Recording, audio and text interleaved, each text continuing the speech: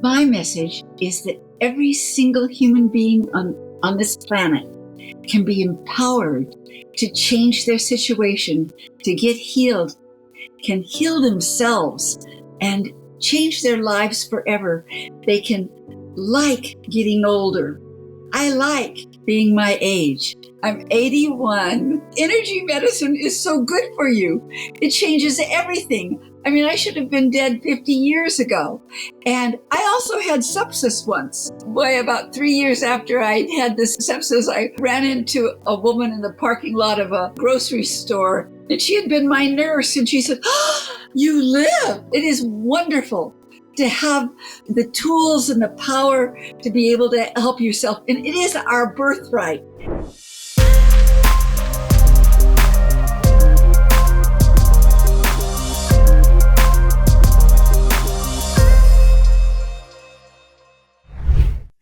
Greetings and welcome to the Dr. Espen podcast. I am Espen. Today I have the privilege of interviewing two people who have extensive experience in the field of understanding human psychology, understanding energy, and also understanding how we can go about our lives to make sure that we live not only magnificent lives, but that we can also heal and overcome some of the challenges that we may be facing or have been facing in the past. So stay tuned for this conversation with Dr. David Feinstein, PhD, and also Donna Eden. Firstly, David is a pioneer in developing innovative therapeutic approaches, leading to 9 national awards for his best-selling books on consciousness and healing. He's a licensed psychologist. He serves on the faculty at the Johns Hopkins University School of Medicine. He's a recipient of the USA Book News Best Psychology Mental Health Book Award in 2007, and the list goes on and on and on. What I'm excited to talk about today specifically is innovative energy medicine research. So we're going to talk about tapping. Now, you might have heard of tapping before. I also have, but I'm really excited to go deeper in this because I think there's a lot of hidden gems within this specific techniques that we're about to dive into and unpack as well. His book on relationships called The Energies of Love, co-authored by his beautiful wife, Donna Eden, who's also here with us today, reached the best-selling status of the New York Times relationships list. So that's Dr. David, who I'll introduce in a moment. And then we have Donna Eden. She's amongst the world's most sought-after, most joyous, and I can tell before we jumped on this press record, we were just sitting here smiling. I was like, okay, this is going to be good. So I have to second that notion. Most joyous and authoritative spokesperson when it comes to energy medicine. So this is big. This is a field that I've studied for a long time, almost died twice, and managed to heal myself by using the similar methodology. So stay tuned if you're interested in healing your life and interested in just having a better quality of life, I would say. Donna has also been clairvoyantly able to see. So she can actually see energies, which is really exciting. Some people are able to tap into the energies that are already there, more so than many others perhaps. And her ability as a healer has been over the years absolutely legendary. From her ability to see the body energies to developing systems to teach others how to do the same. And she absolutely has a gift. Her energy medicine masterclass with Mind Valley has also had more than 6 million views. And as I said, the list goes on and on and on. So today I'm joined by both David and Donna, and we're going to have the opportunity to go deep into energy healing, energy medicine, and anywhere else this conversation might go. Stay tuned.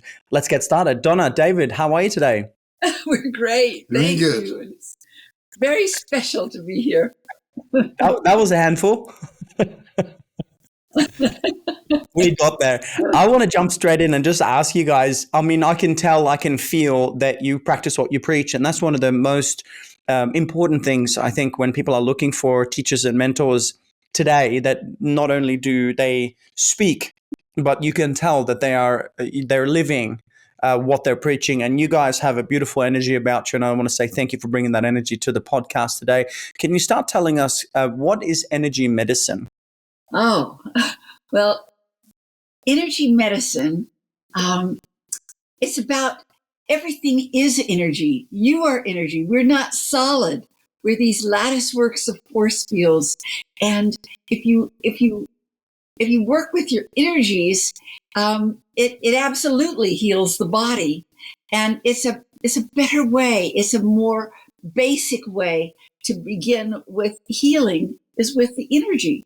It appears that we're solid, but when Donna says we're really energy, which Einstein also said, we are made of atoms and molecules which have these spinning electrons. So right from the very basic, we're energy, but we're also different kinds of energy. Energy isn't just one thing. Energy, just like we have different physiological systems, we have different energy systems. Donna worked with 9 different systems, some of which your listeners will be familiar with, such as the aura and the chakras and the meridians, and others that are less known, but still, as Donna sees it, very important in the healing process. And so when you talk about energy medicine, energy is the infrastructure of the physical body.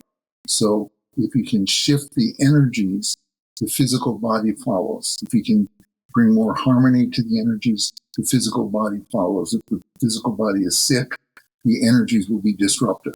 If you can change that disruption, the physical body will heal. Makes absolute sense. Energy. I was just saying, if you shift your energies, you shift everything. You shift your psychology, you shift your physical body, you shift your mood, your consciousness, everything. Everything follows shifting the energy. Of course. I love this. And, one of the universal laws, as I teach, is cause and effect. Most people look outside of themselves for answers when they have perhaps forgotten that it's whatever's happening on the inside of them that's creating the effect and or the different areas of life on the outside.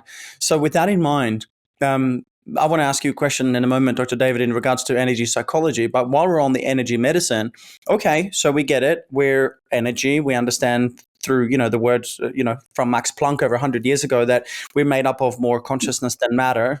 That's an understatement. Having said that, then how do we begin to shift our energy? What would be a tangible first step for a person to take if they understand that, hang on, I do need to change my energy and I do want to heal through energy medicine? Well, Dr. Espen, let me suggest that Donna tell her story, because it will answer that question, but it'll also tell so much more about not just what the technique is, but how she manifests the technique. Please. Is that okay? Well, okay. Well, I grew up and I had all sorts of ailments. I was allergic to everything under the sun, and I had asthma.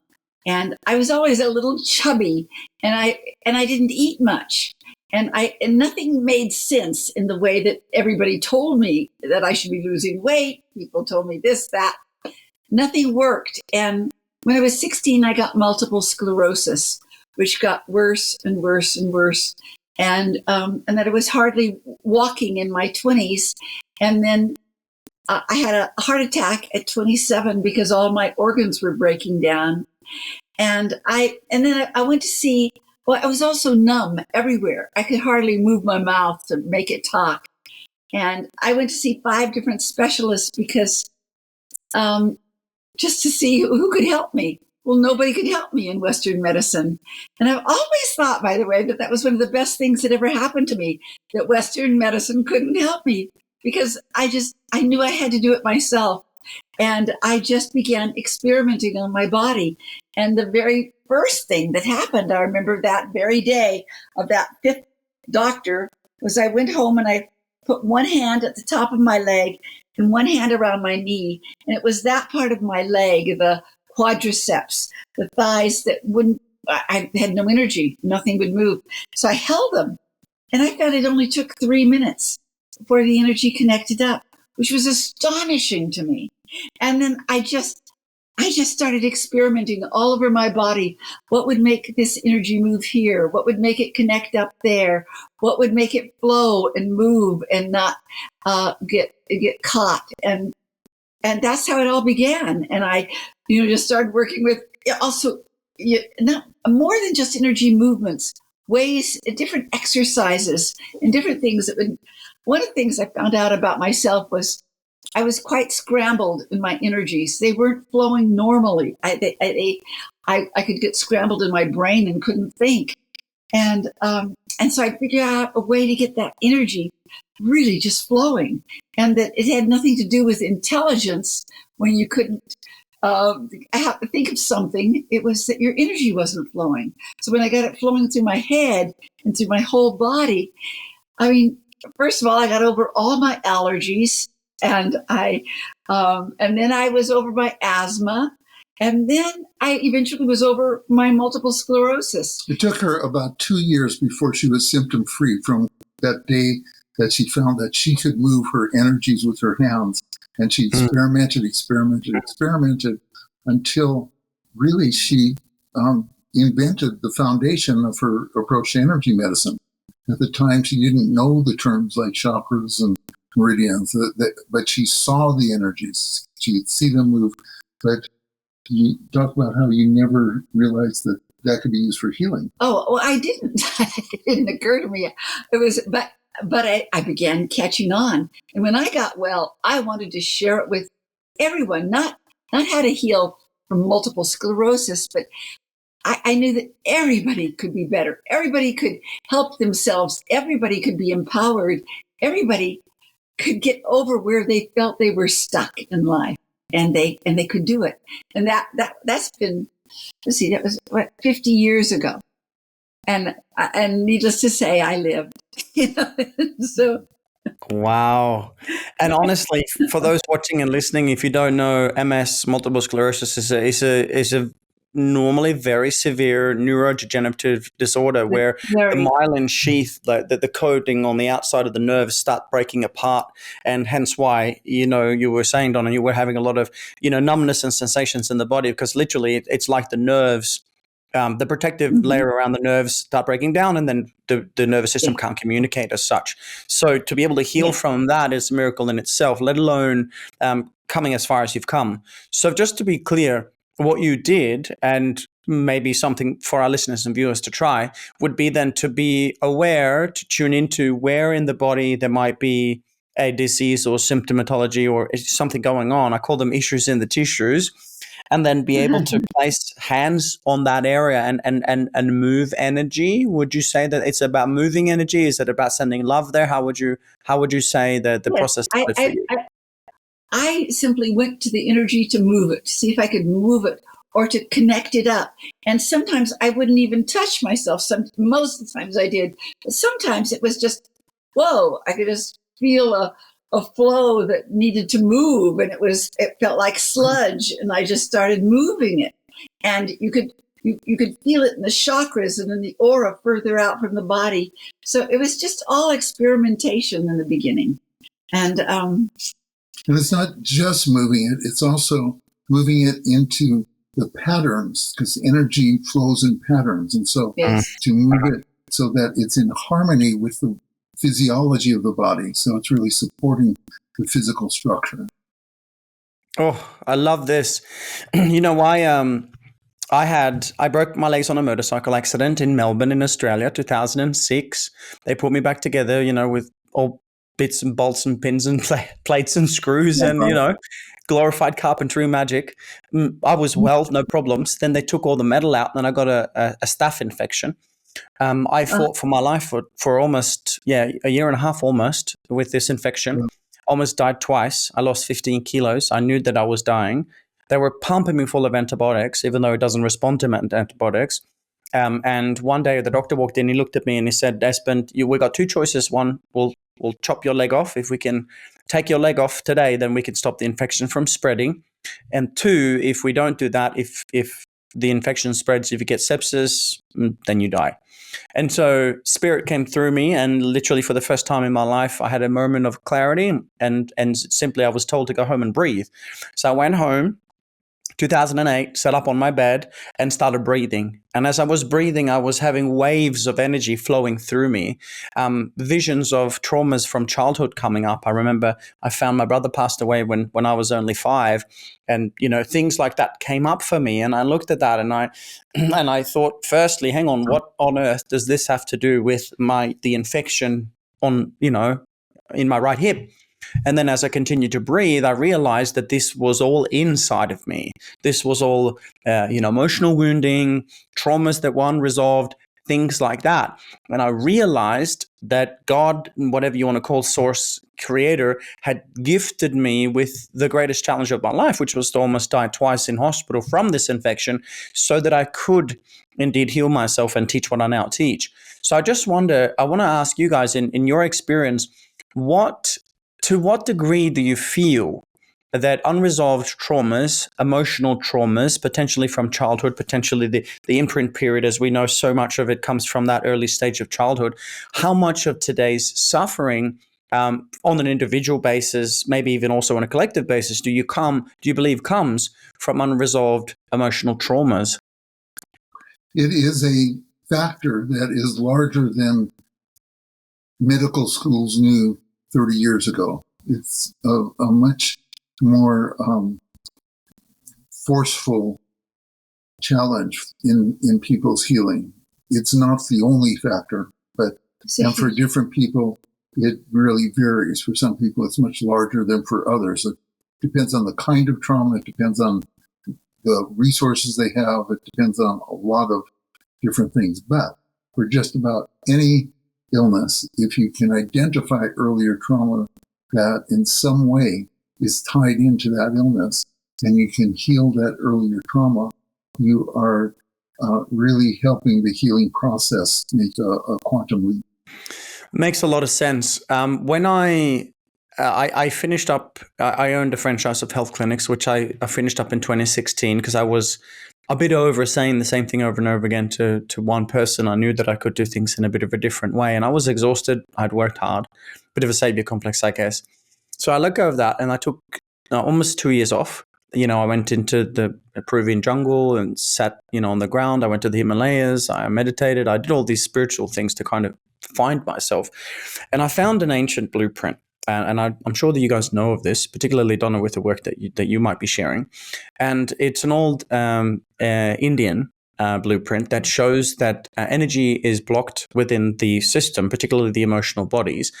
And the emotional wounding specifically blocks the flow of life force prana through the chakra systems and the meridians or the nadis. And the blueprint was really simple. It was that fear blocks the root center, guilt blocks the second center, lack of self-worth and or shame blocks the third center, grief blocks the heart center, lies blocks the throat center, etc. I'm just wondering if you've heard of this and what your thoughts are on the matter in terms of those lower frequency emotional wounds blocking the flow of life force and prana through the overall system. Well, I agree, first of all. I agree. And yes, I have heard of it.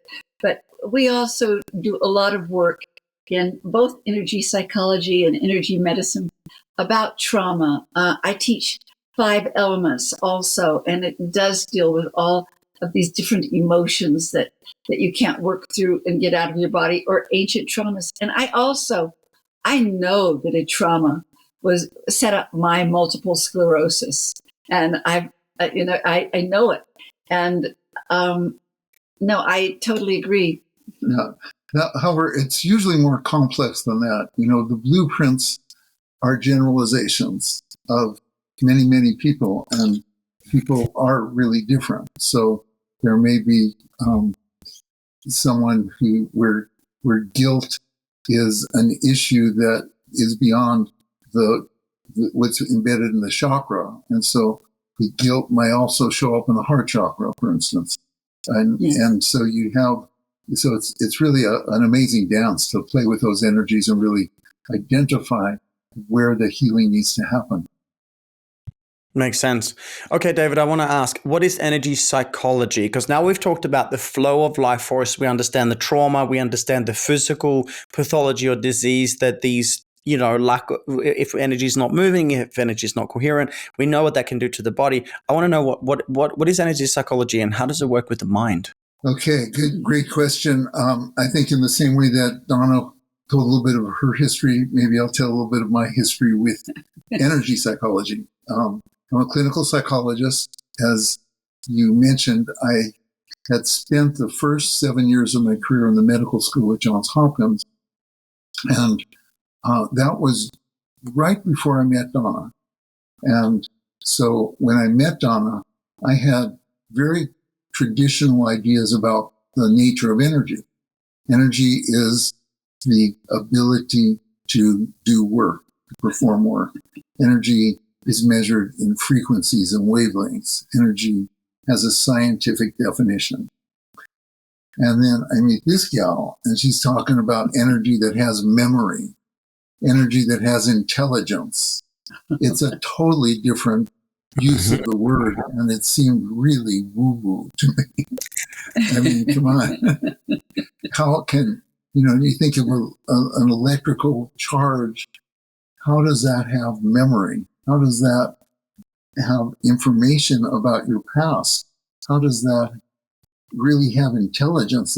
And so you can imagine the dinner table discussions that we had in the early days. We met 47 years ago in June. Wow. And so we've been around for a while, and had to work some things out though at the beginning, because I thought she was a little wacko, but she was cute. And it shocked me that he couldn't know energy, that he had this strange, absolute tiny little definition of energy. But what happened was that we spent 20 years, or really kind of the formative years of our relationship, in a little town called Ashland, Oregon. And I had my psychology practice in a building that's one end of an alley, and she had her healing practice on the other end of that alley. And so I'd send people to her when I was feeling that there was something that she could offer them that I couldn't, and she'd send people to me. So in that process, I began to find out, whatever she believes she's doing, it seems to be working, because it was helping my people. And also she was having people come from all over the world with some with really serious illnesses that the Western medicine was not able to help. That was kind of who she was working with, and she was helping them. So I said, okay, I better take this seriously. And so I did. So I didn't really try to resolve.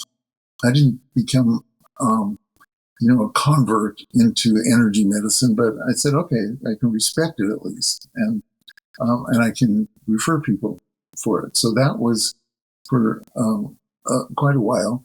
And then she asked me to help her write her first book, Energy Medicine, in about 1997, that we started working on that book. And when I was at Hopkins, I had the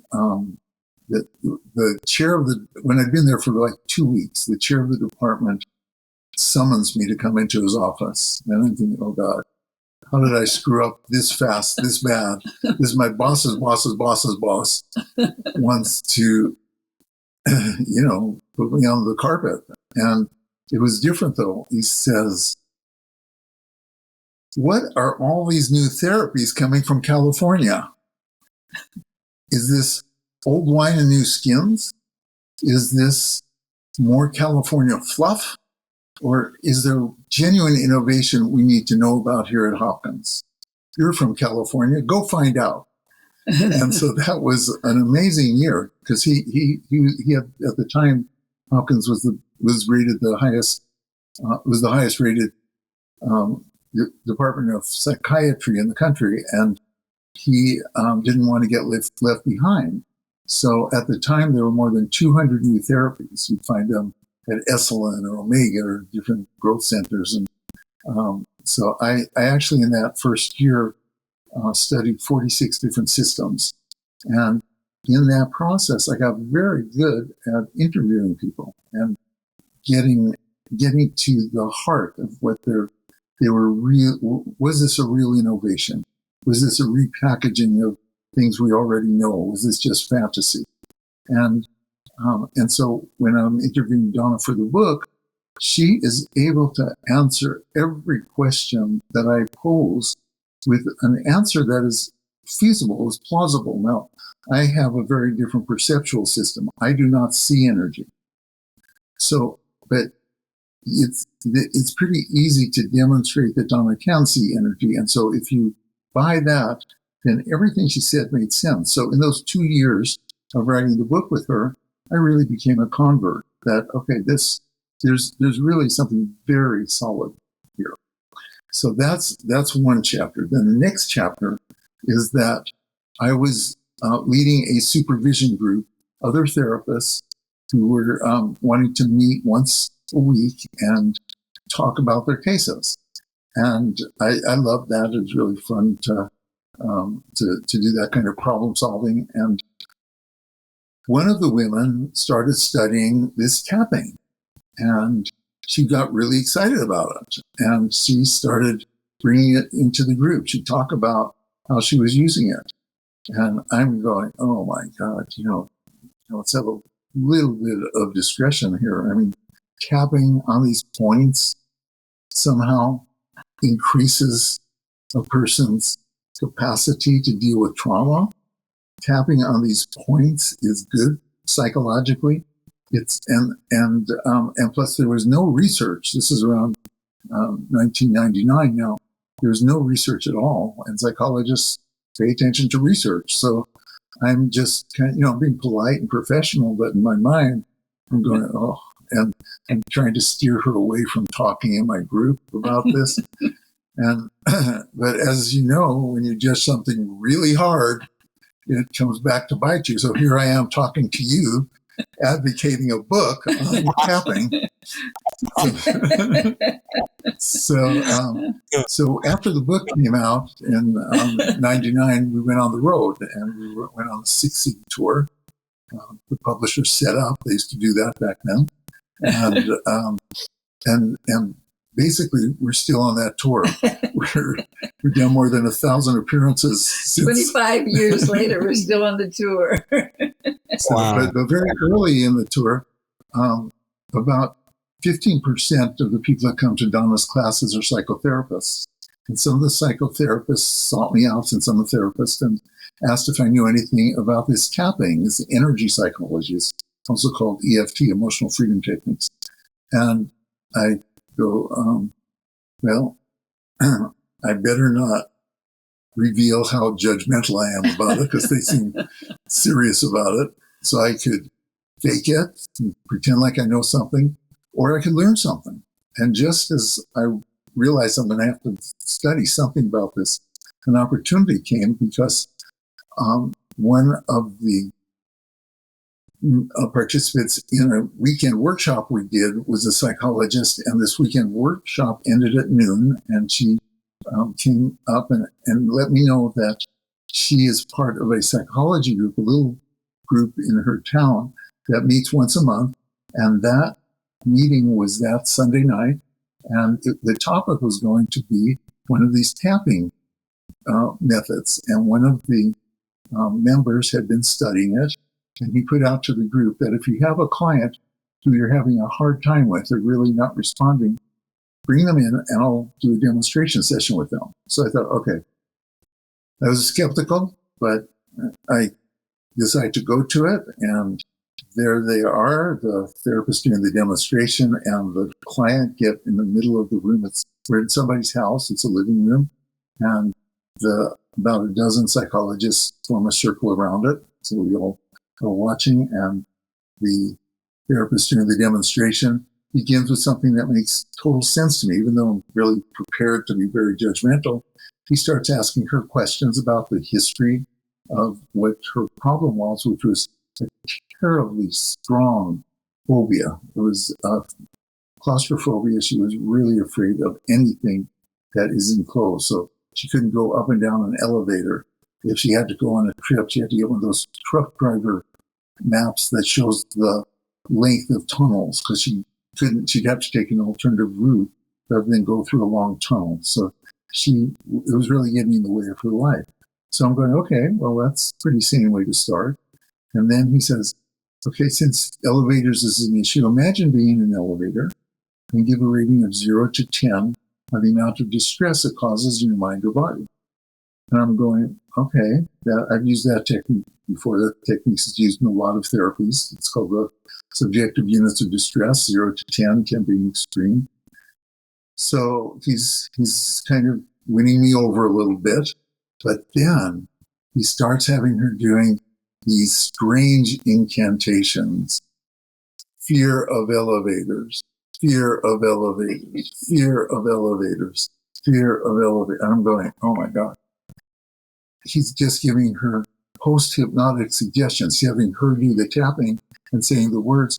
He's just giving her post-hypnotic suggestions to deepen her fear of elevators. This is just about malpractice. I mean, I wonder if I have to report this guy.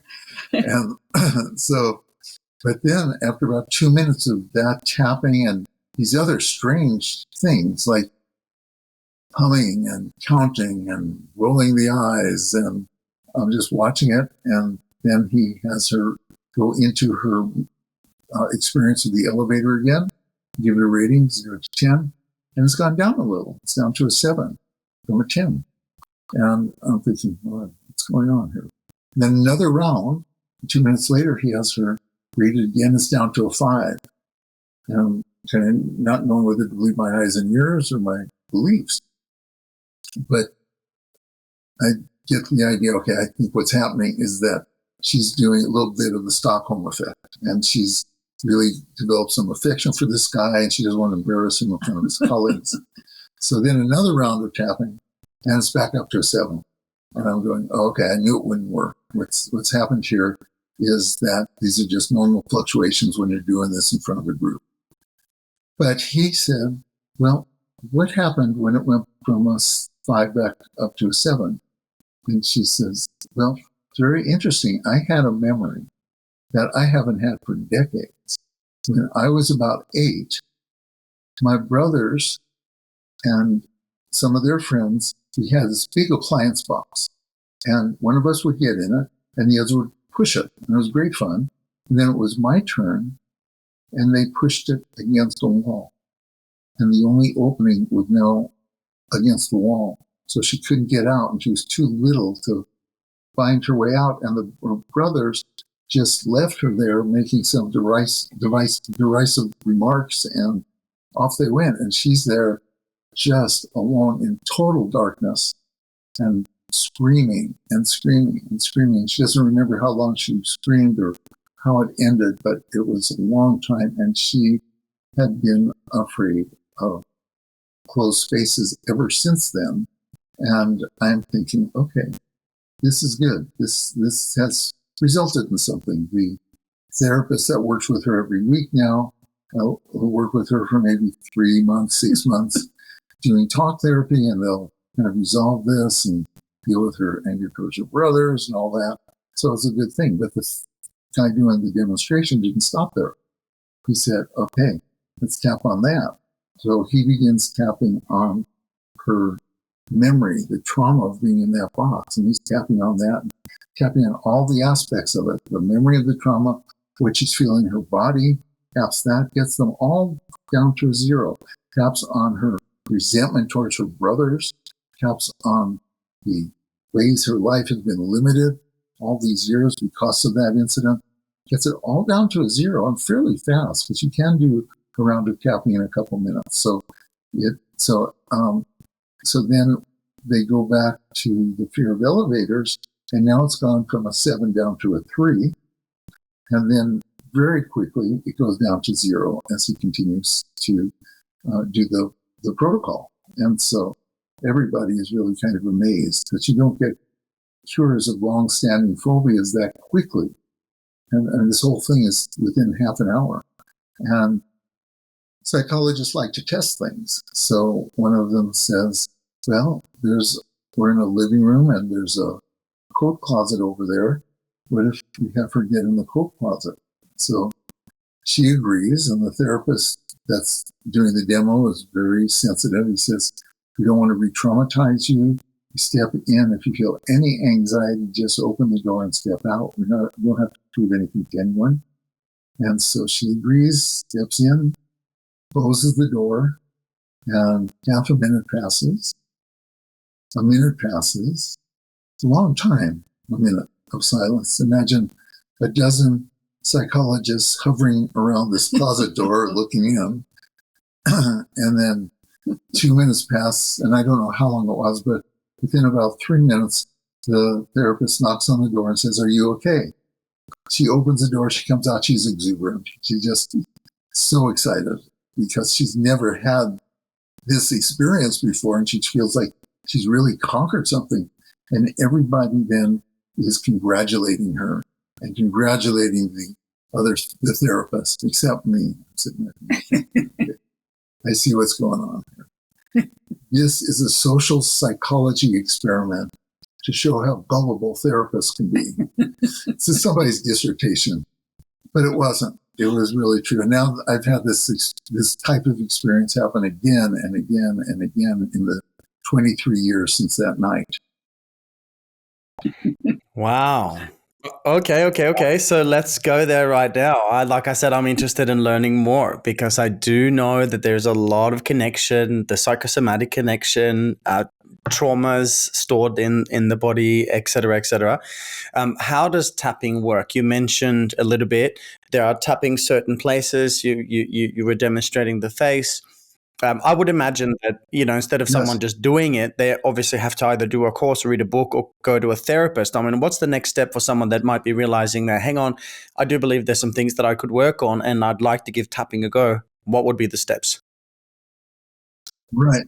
Well, it really is a mystery how it works because it looks so strange, but we are figuring it out. And here's my understanding. When you tap on these acupuncture points, there are more than 400 acupuncture points on the body, just depending on what system you use. But we only use a dozen of them. Okay, so that's the first thing. But each of these points has a different electrical quality than surrounding points. And when you tap on them, there are molecules, large molecules in the cells on those points that convert mechanical pressure into electrical impulses. So that's the first thing you need to understand. Excuse me? That makes absolute sense. I mean, that's the nature of the universe in general, really. The electrical impulses turn to, we understand. Yeah, that makes sense. Okay, so there's a connection too. And then what? So that is, those electrical impulses are called piezoelectricity.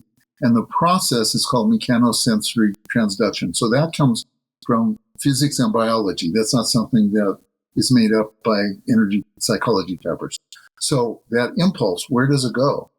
Well, it turns out that it can move along the connective tissue. The body's connective tissue includes a lot of collagen, which is a semiconductor, which means that it conducts electricity at just short of the speed of light.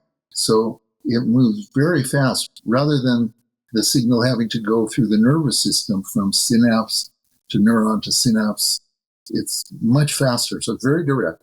Where does it go? Where it goes is very interesting. It is attractive to the part of the brain that is activated when you think about your issue. So when the woman is thinking of the fear of elevators, or when you were thinking about the traumas that preceded your motorcycle accident, the limbic system goes into action. And even if you're just thinking about it rather than living it, the whole brain system goes into something that is similar to what happened originally. So by bringing the fear of elevators to mind, she is activating her amygdala, its threat response.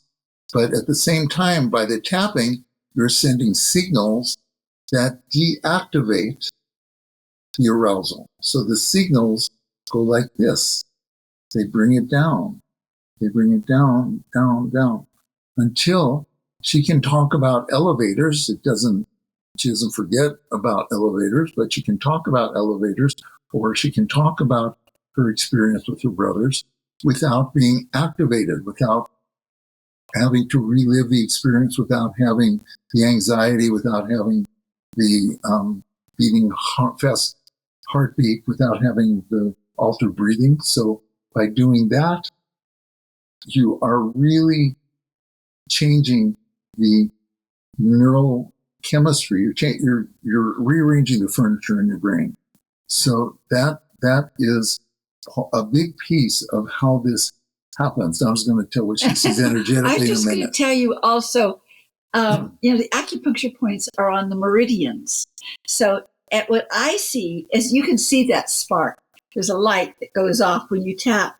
And then you can see it pulsing up the meridian lines. Wherever you tap, it'll keep tapping along that meridian line. And it's quite beautiful to see. You might even see colors change. You see a lot of things like that. So it always looks incredibly positive. And interestingly, the meridians are encased in the connective tissue. So that's so what Donna sees is very consistent with what we know scientifically. Awesome. Okay. So that's just a really oversimplification of what happens physiologically with the energy impulses and what they do in the brain. If however the prefrontal cortex has been activated because you're trying to solve a problem or trying to manage stress, things that the executive part of the brain does, those signals, rather than deactivating, increase the activation so that you have more blood in your brain for problem solving or for managing distress. And what my understanding from acupuncture is that acupuncturists say that the acupuncture point will do what needs to be done. So that's a really important thing. So it increases problem solving ability. It helps you think more clearly, and it also reduces what gets in the way, whether it's a traumatic memory or it's not enough confidence. It just kind of is able to really help with a wide range of issues. And we have seen, I think what touches me the most is people like military people who have PTSD. You just see it come down. And people who have really been traumatized so badly that they're on the edge of suicide, you see it change. And it is miraculous and wonderful. Yeah, that makes a lot of sense. So then I get with the piezoelectric effect, the mechanoreceptors, the stimulus into the limbic brain and the amygdala. Mm-hmm. Would you say that then it's repatterning the feedback loop? It's basically repatterning the brain to does it revisit the trauma and then rewire it, or does it dissolve it? How would you explain it in short? There's a process called memory reconsolidation. And what it works not only with memories, but also with the internal models that we have in our mind. And so these models have their own neural pathways. And when you have a surprise, that is when those neural pathways can change. So you are thinking about being in an elevator and you expect to feel anxious. You expect to be breathing hard, but you don't. You're totally calm. That is the moment of surprise. That's the moment where the model reconsolidates. That is, the neural pathways actually shift in that moment of reconsolidation. So that's a very good question. Sense. So you're breaking the pattern, and then you're generating a new stimulus through neuroplasticity within a positive memory or an experience, rather than the same chemistry of the body firing up again, obviously. Yes. That's cool. Okay. So where does one go to learn more about tapping? I, for one, will say that I'm interested because I want to learn about this myself. I do realize that there will be some things that I can work on. So I know, firstly, let me just bring this up. If this is interesting for those of you watching and listening, you've got to check this out, energytapping.com. Okay, so that's energytapping.com. We have a book. Obviously, you guys have heard it right there. It's called Tapping. Yes. And so healing with the transformative power of energy psychology. So the book is called Tapping by the two of you, authors. Mm-hmm.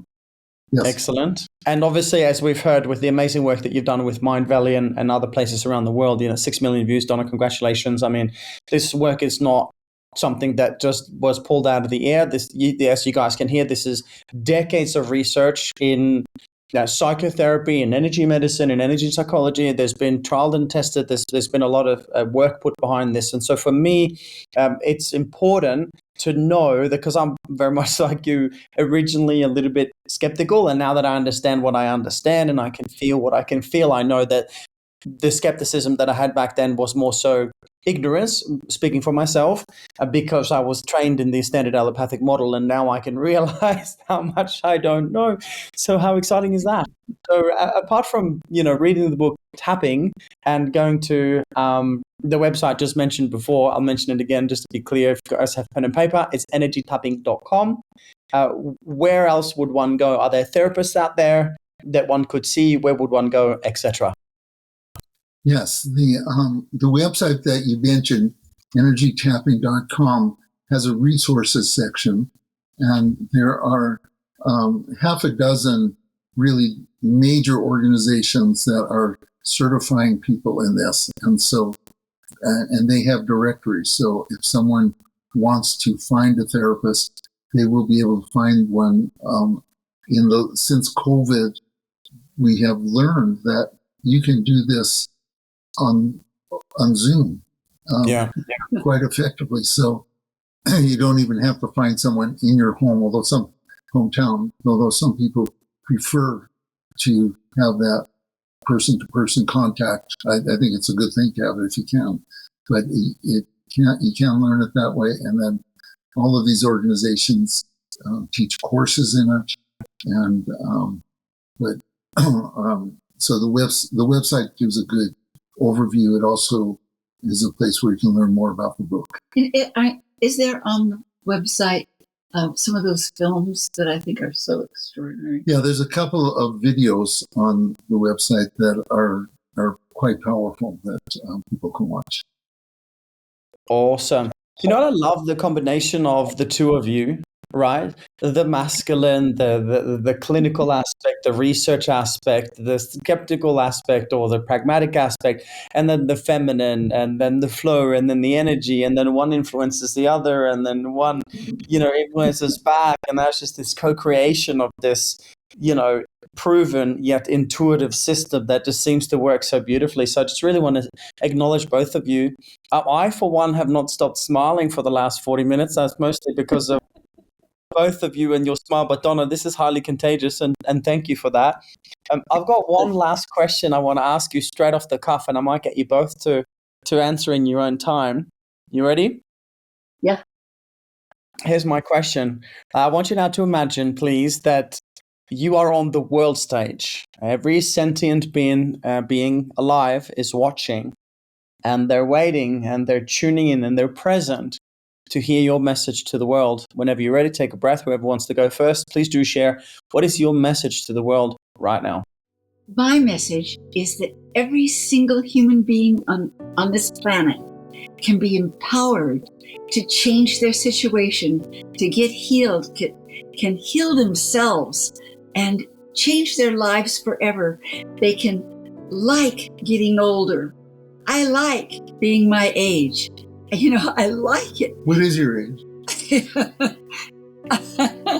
I'm 81. And I am so proud of my daughter. The thing is, energy medicine is so good for you. It changes everything. I mean, I should have been dead 50 years ago. And I also had sepsis once.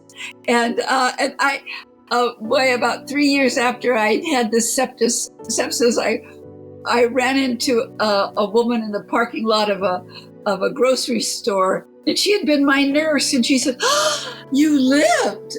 It's like, but it's so wonderful. It is wonderful to have the tools and the power to be able to help yourself, and it is our birthright.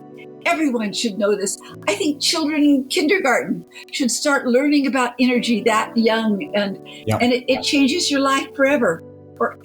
You can also get happier and more joyful and feel more awe and wonder about this world. I mean, it changes everything. Wow. Whew, 81. I mean, That's enough said. Dr. David, over to you. What is your message to the world right now, sir? Yeah, so what Donna said really is, is a hard act to follow. But these are threatening times, and I think that what our message is that you can go through this by kind of being brought down by it, or by really being empowered. And the last chapter of our book really addresses how to empower yourself despite all the turmoil in the world and in the culture. Because if you're able to really stand up strong, you're going to come through it the best way that's possible for you. Wow, that's magical. Thank you for providing such beautiful and powerful tools in a time where I think it's really needed indeed. Thank you for taking the time to share your wisdom and your love and your time with us here today. And yeah, really excited to just get this message out to more people. So just before we wrap up, everybody, the book is called Tapping. Get onto that. I'm going to be buying a copy as well. Of the book Tapping, and then of course we just discussed the website energytapping.com. Thank you so much for your time and energy. Thank you. You are wonderful. Thank you, Esmond. You're doing an important job, boy. Thank you so much, and just getting started. Bye-bye. Bye-bye. David Feinstein and Donna Eden, everybody. Thank you so much. God bless. God bless. Bye-bye.